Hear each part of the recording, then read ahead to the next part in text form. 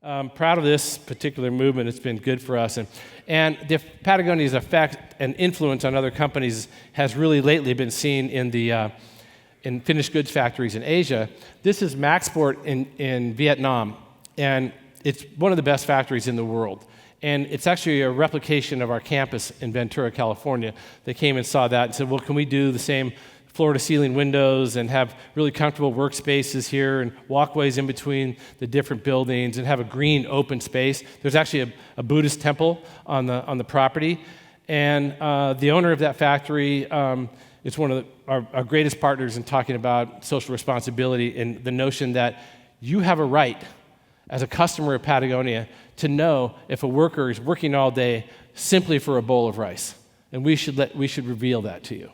And then workers in the factory, like most factories we contract with as a company like ours, you probably know more about the chicken that laid the egg you had for breakfast this morning than the sewer who sewed the jacket that you bought down at a Patagonia store, right? There's more information about that product than there is on what's going on deep at the level here. So we brought in our video cameras, we brought still cameras, and we really made an effort to make that completely transparent in the hopes of learning more about how to have a more transparent supply chain and a more terms of raising working conditions to a higher level to do that. And now that we have audited all of our finished goods factories, if you think of our supply chain, the finished goods factories are the ones at the very top. Those are the ones that produce the final Gore-Tex jackets and the fleece and the down and insulation. There's another layer below that. Those are the dye houses, the mills, the trims and findings, the buttons and zipper people. And then there's another layer below that. And you start pretty soon, you get down to the oil and gas workers and the people working in the fields making your organic cotton. Where do you stop? Right? They all work for you. There's 200,000 people that have a hand in this organic cotton shirt, right?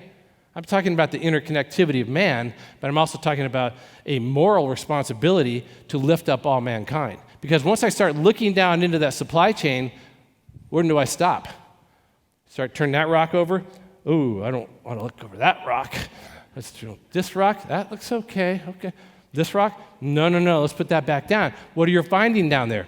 You're finding increasing reduction in freedom for mankind. You're finding a Taiwanese factory that might say, hey, we don't have enough workers. Let's call it Vietnam and let's get some plane tickets over there and get those workers from Vietnam over here into our factories. Oh, and by the way, when they come through the gate guard, take their passports away until they've worked off that plane ticket. Is that freedom? I don't think so.